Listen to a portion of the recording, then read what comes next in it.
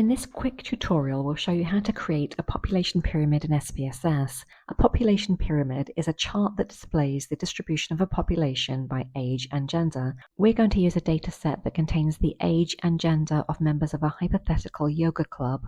To create a population pyramid in SPSS, we go to the Graphs menu, then select Population Pyramid. This opens the Define Population Pyramid dialog box you see on screen. We move the age variable to the Show Distribution Over box. Then we move the gender variable to the Split By box. If we want to group the age data into specific intervals, we click the Scale Options button. Under bin sizes, we select Custom, then choose Interval Width. As we want to display age in 5-year intervals, we enter 5 in the Interval Width box. Then we click Continue to return to the main dialog box. To add a title to our population pyramid, we click the Titles button. Then we enter our chart title and click Continue. Once we click OK, our population pyramid will appear in the output viewer. Thanks for watching. For more step-by-step guides, visit our website at easyspss.com. And if you found this video useful, please like and subscribe to support the channel.